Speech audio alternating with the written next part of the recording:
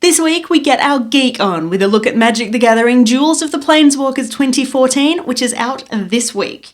It's also time to move towards our Destiny, the brand new project from Bungie and one of the absolute highlights of E3. Meanwhile, Jimmy the Geek steps back in time, bringing all the thrills and spills from 1997.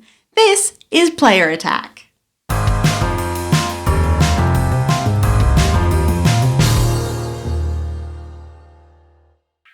But first, the latest gaming news, and there is a lot to get through. Firstly, an absolute bombshell from Australia. Saints Row 4 has officially been refused classification, which is the first game to be effectively banned from sale or display since the adults-only R18 rating came into play in January. Specific details on the game are still being kept quiet, but an official statement from the board reveals that Saints Row 4 includes interactive visual depictions of implied sexual violence which are not justified by context. That likely would have been enough to breach the guidelines, but developer Volition also threw in a little illicit drug use related to rewards. That is exactly the same thing that got the original Fallout 3 refused classification back in 2008. Since the new legislation was introduced on January 1st, 17 video games have been given an R18 rating in Australia, and Saints Row 4 is the first to breach the new guidelines. Publisher Deep Silver has reportedly started working on an edited version of the game specifically for Australian audiences, removing the offensive content. One thing that should have no issues heading to Australia is the PlayStation 4. We still don't know just when it'll hit our shores, but we do have a price point. Sony's brand new games box will set you back $549 in Australia. If you're in other places, expect $399 US, £349 or €399, depending on where you are in the world. Sony crowed at its E3 press conference that once you buy a PS4 game, it is yours to do with as you wish, without any publisher restrictions. That includes playing with it, selling it, lending it to a friend, or even using it as a coaster. Earlier that day, Microsoft had held its press conference, skirting around the issues of always-on internet and restrictions on used games. It took roughly 10 days for Xbox to catch up after E3, but when it did, it dropped a bombshell. Officially, the Xbox One will not be region-locked, meaning you can buy games anywhere and play them on any console. It will not require an always-on internet connection or a phone home every 24 hours, and there are no limitations to using or sharing games. The price point for the Xbox One is still a little bit more expensive than the PlayStation 4, coming in at $599 in Australia, that is $499 US, £429 and €499, and we can tell you that the latest Microsoft console will hit our shores in November as one of the 21 launch territories. In other news, there were predictably a pile of games announced over the week. One of the first cabs off the rank was Titanfall, the debut project from the former Call of Duty developers that now make up Respawn Entertainment. We didn't know quite what to expect from the team, but a multiplayer heavy experience with mechs and bots and intuitive matchmaking wasn't on the list. That said, this one looks amazing. It's coming to Xbox 360, Xbox One and PC sometime in 2014. We left everything behind. Hell, getting here was just the beginning. You said it would be tough to start over, but I didn't listen. You said more would follow. I thought they'd leave us alone. I was wrong. But there's no turning back. This is our land. This is our land. And I will fight for it.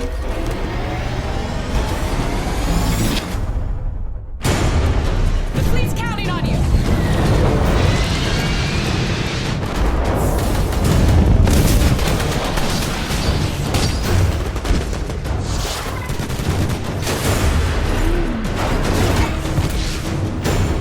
I don't know if there's any honor left on the frontier.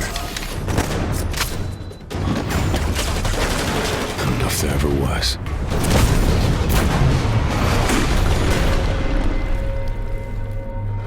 I just know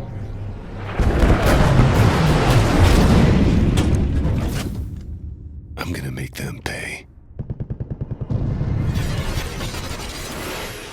Prior to the expo, we had been hearing persistent rumours that Rare was working on a reboot of a classic franchise. With a development history stretching all the way back to 1986 and spanning multiple platforms, gamers were left scratching their heads. Then Microsoft took the wraps off of this, Killer Instinct, a digital-only beat-em-up for Xbox One, which looks remarkably like Street Fighter 4. There were some other big surprises too. We saw Final Fantasy Versus 13 completely rebranded as a brand new sequel in its own right, Final Fantasy 15. The project, originally announced all the way back in 2006, is now reportedly headed to both PlayStation 4 and Xbox One sometime in 2014. We'll believe that one when we see it. Square Enix is also keeping busy with development on Kingdom Hearts 3, a brand new core sequel for the 10-year-old franchise. Expect a more mature Sora, full use of new generation console technology, and a search for the key to return hearts when this one lands on Xbox One and PlayStation 4. And another Japanese developer keeping busy behind the scenes is Team Ico. They've confirmed that The Last Guardian is still in active development and is not on hiatus despite early reports. That said, we haven't seen anything from the game for years now, so it must be a very slow version of acting. And sticking with Japan for a little bit longer, Nintendo's new look E3 plans went swimmingly, discarding the traditional theatrical press conference for a slick, colourful online presentation. It was full of Mario, the new look Bayonetta sequel, and of course, Super Smash Bros. U. And now for something completely different. The Last of Us was released exclusively for the PlayStation 3 earlier this month, and it has been picking up awards, accolades, and high praise at every turn. That is, almost every turn. Actress Ellen Page took to Reddit this week a little upset about the way lead character Ellie looks in the game, even though developer Naughty Dog had reportedly modelled the character on American actress Ashley Johnson. I guess I should be flattered that they ripped off my likeness, Page says, before explaining that the decision was not appreciated, particularly as she was working with another Sony studio on an all-new game, Beyond Two Souls from Quantic Dream. And finally this week, an impressive new number to keep in mind, 11 million. That is how many copies of Minecraft have been sold for Mac and PC. Minecraft Pocket Edition has also sold more than 10 million, while the Xbox 360 version is languishing behind on a mere 6 million copies. Some more good news for the blocky world builder, Microsoft has confirmed that Minecraft is coming to Xbox One. For more details and to keep up to date with the latest gaming news, head to playerattack.com. But for now, stick around, we've got plenty more still to come.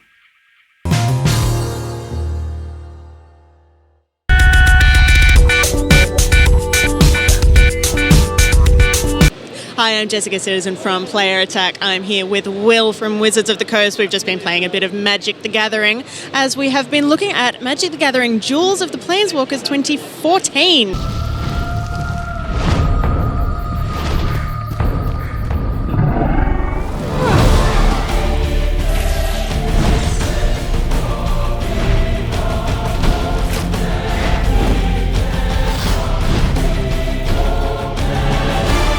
12 million people have played Magic worldwide now, and that's growing at double digits at the moment. But if you're interested in playing Magic the Gathering, the best way to learn is through our new Magic 2014 Duels of the Planeswalkers video game. And that's available on Xbox, PlayStation, PC Steam, iPad, and for the first time this year, on Android tablets. It's amazing. It's the sort of thing you don't have to carry around decks of cards. You don't have to spend ages painstakingly, making sure that you haven't accidentally lost that one flying card. Instead, it's just a matter of just load up the tablet, which I think is probably the way that it's just easy. Yep, absolutely. It's easy, and best of all, when you start learning a game of Magic, it's not an easy game. It can be quite complicated. The Duels of the Planeswalkers 2014 has a very robust tutorial that takes you from the basics of tapping mana to summoning creatures all the way through to constructing a very basic deck. The video game version is almost like it's an easy way to introduce new players to the game, or if you're an experienced player, to get back into the game. When you first play the game, everyone makes mistakes, right? But the video game, it doesn't judge. Now, this is Duels of the Planeswalkers 2014. It's the latest in a fairly long line of these. What is different between 2014 and the previous ones? I'm glad you asked that question. 2014's edition of Duels of the Planeswalkers is infused with additional story elements. One of the players' feedback that we had from previous years was, why am I dueling? Why am I fighting these other wizards? Now this year, you're joining Chandra on her quest for vengeance against a Planeswalker foe called Ramaz because of his betrayal back on the plane of Zendikar. We actually have promotions available with Duels of the Planeswalkers. Every full purchase of Duels enables you to get a coupon which allows you to go into a store and redeem a promo booster. And within all those stores, all of these stores run events or tournaments, so you can actually see the Magic community, see what they're up to and when they play, and just join in. There's nothing like staring somebody right in the eyes as you beat them down. For those people who've been living under a fairly sizable rock over the past little while, can you just tell us a little bit about Magic the Gathering, the original game, and how we got to this point? Absolutely. So Magic the Gathering is a game where you play the role of planeswalkers or wizards, essentially. And the idea behind it is you're dueling, you're summoning creatures, you're casting spells in order to defeat your opponent. Now, the game was invented back in 1993, so this actually makes it the 20th year that Magic has been in print. Now, it was invented by a mathematics professor, Richard Garfield, and it was designed to fill in the gaps in between lengthy D&D tournaments. But as you can see, the game's popularity has grown, and now it's a whole beast in itself. So for people who've never played Magic the Gathering, this is a pretty good way to jump in. For people who have played it, who may have been playing it for 20 years, what sort of functionality have you included in the new video game version so that you can still keep some of the old school fans? I'm glad you asked that. Now, the Duels of the Planeswalker caters from brand new players all the way to your hardcore players. When you first boot up the game, it actually asks you, how much Magic have you played? And if you've played a lot, the AI is not going to go easy on you. Your gifts of jewelry? Not my style. Your hospitality? No, thank you. Still, I think I'm beginning to warm up to you. You've mentioned about the fact that the uptake on this has been phenomenal. Have you seen much crossover between people who have been playing the video game version and people who are now picking up the actual physical cards? Definitely.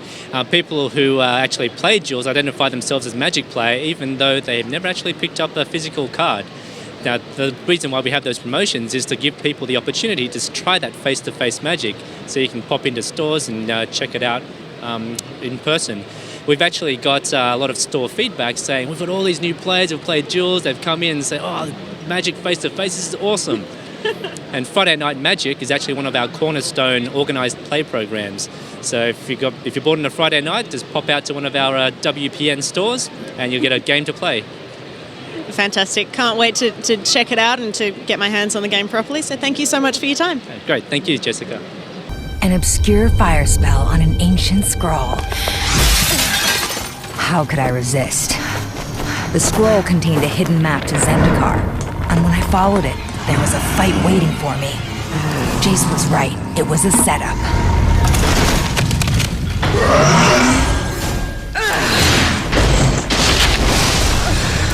Ramaz. I should have known better than to trust him. He's been messing with my mind. I'm gonna find him, and he'll pay!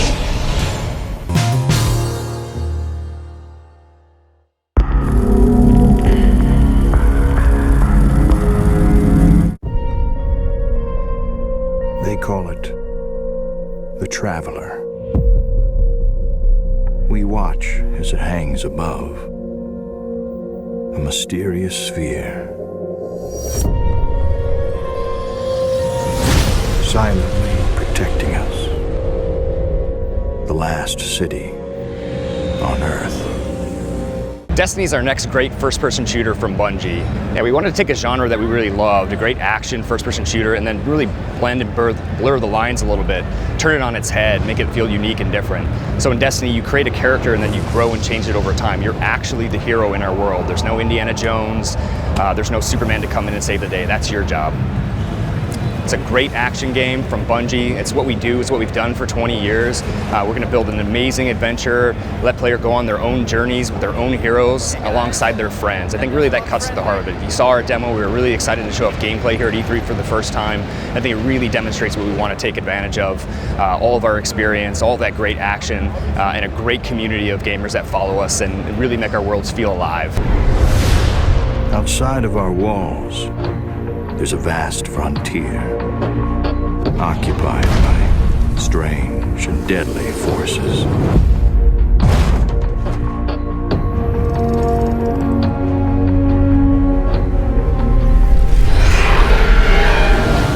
So Destiny's set in our solar system many years from now.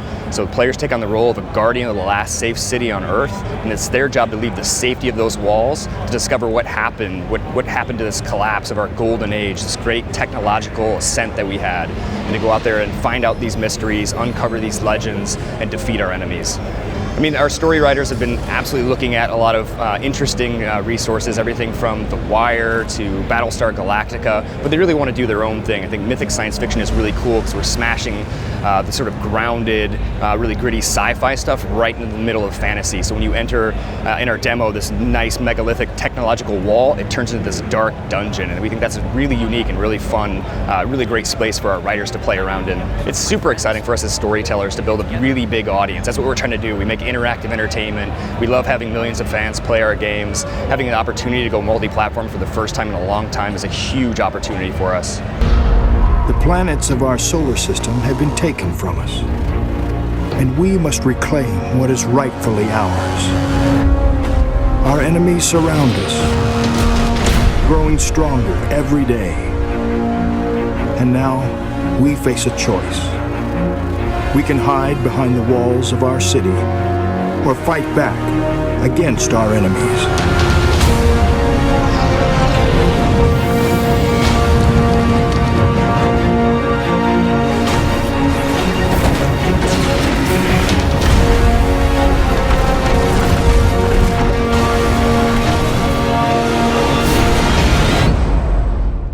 So we have a ton of weapons and gear for players to collect. We have exotic weapons, epic gear sets. Every player has cloth, which is really cool to throw that on top of these sort of armored characters. We have spaceships in the game, just a whole ton of fun sandbox elements for players to really enjoy and make their own. All the cooperative stuff is opt-in. It's up to the player to decide whether they want to form a fire team or play with friends. But we want to make those things so magnetic and captivating that it'll be really hard to pass them up. So there's a persistence of character. Everything you earn in the game changes the way you look and fight over time. We want players to be able to tell their stories by the gear that they wear, by the weapons that they have. We want other players to see what they've earned and ask them where they got it, or to be able to identify exactly what kind of player they are. So if they're competitive, they'll have a totally different gear set and weapon set than somebody who's playing the cooperative game. We think that's really important to have that persistence of character. The world is alive as well. It's filled with other players. Everything's built to be fundamentally cooperative. We absolutely believe that in Destiny, everything's more fun to do when you're playing with your friends. So Destiny comes out in 2014 for PlayStation 4, PlayStation 3, Xbox 360, and Xbox One. If you've ever wanted to show off your mad gaming skills but had no way of getting the footage off of your console, have we got a treat for you.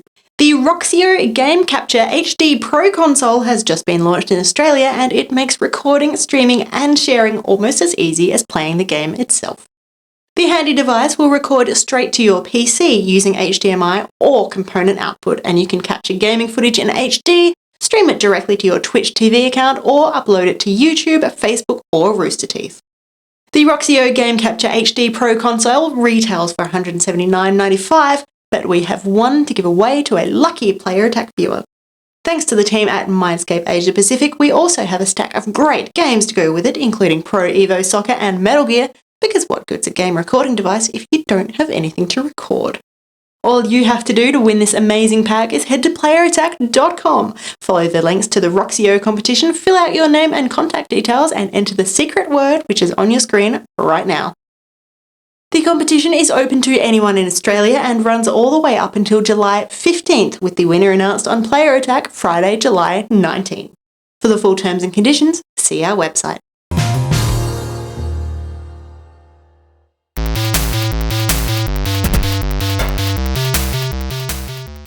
Jimmy the Geek here in 1997. The big news this year, not all games licensed from movies are dreadful, unplayable messes. Rareware have proved this with GoldenEye 007, based on a 1995 film of the same name. The N64 exclusive was originally designed as a rail shooter, similar to Virtua Cop, but it was changed in development to be a free-roaming FPS. Players take control of James Bond himself as he goes through the scenes from the film, armed with a machine gun, guns, rocket launchers, tanks, and in a nod to the previous Bond franchises, the Golden Gun. This, combined with another FPS, in which players must hunt their way through hordes of dinosaurs in the aptly named Turok Dinosaur Hunter, are going a long way in proving to the market that first-person shooters can work outside the confines of the PC. Sony, conversely, are trying to be a bit more kid-friendly with their new property. The game features Parappa, a cartoon dog who solves most, if not all of his problems by believing in himself and speaking rhythmically. He goes through everyday problems like baking a cake and learning how to drive in a quirky animated style in an absolutely kicking soundtrack. Playing the game is as simple as matching buttons as they appear on the screen in rhythm. No details yet as to how much further this new genre will go. One of the hot button issues this year is industrialization and its environmental impact, with two separate developers offering two very different takes. Oddworld Inhabitants have published the first in their Oddworld quintology, Abe's Odyssey. It's a real physics platformer like Flashback and is about as subtle as a sledgehammer in regards to its consumption of natural resources. Abe wanders haplessly through a giant world filled with hideous monsters that must be conserved because everything is beautiful. This message is somewhat undermined in that every time one of these creatures sees Abe's, it gores and eats him. The seventh game in the increasingly inaccurately named Final Fantasy series is taking a more subtle approach, making the big bad, the Shinra Corporation, exactly that, an evil pseudo-government who oppresses its populace. Luckily, the freedom fighters Avalanche have recruited Cloud Strafe into their numbers. The game also is dealing with more personal issues like coping with loss, and it's been alleged that the story was written to help one of the writers grieve for his mother. Speaking of stories in games, it's a great time to own a PC, with Curse of Monkey Island, the long-awaited third part from the spectacular series from LucasArts, hitting the PC everywhere. Mighty Pirate and hapless idiot Guybrush Threepwood has accidentally turned his girlfriend into a gold statue, and must bumble his way through inherently funny things like chickens, monkeys, banjos and cheese to revive her. This is the first game in the series not to feature creator Ron Gilbert, but also features voice acting for the first time, with Dominic Armato giving our quirky protagonist a voice. Another adventure game, setting the scene for World War I, The Last Express, has made an impact. Mostly because of its sophisticated NPC AI and its gameplay taking place in pseudo-real-time. Hopefully it won't be too badly affected by the mass walkout of marketing staff from its developer. Finally, a new driving game has hit the PC. Note I did not say racing game. Unlike Gran Turismo, which also came out this year, it's a top-down driving sim and it's not about winning on a track. Developer DMA Designs put you in control of a street thug, stealing cars for fun and profit. It's essential you avoid the police, and if people don't get out of your way, you can't be held responsible. There is a big, big future in this franchise called Grand Theft Auto. I'm Jimmy the Geek in 1997. Next request, you watch Player Attack. Continue to watch it or you will be exterminated! Exterminated! Exterminated! Exterminated! And that's about it for this edition of Player Attack. Thank you for watching. Next week we have more content for you from E3, including a special treat from Disney Mobile and a look at how things are progressing on Batman Arkham Origins. Meanwhile, Jimmy the Geek heads happily back to 1998. In the meantime, you can catch us on playerattack.com. We're on Facebook, YouTube and Twitter. And if you've got something you want to say, send us an email, mailbox@playerattack.com. Till next week, I'm Jessica Citizen and this is Player Attack.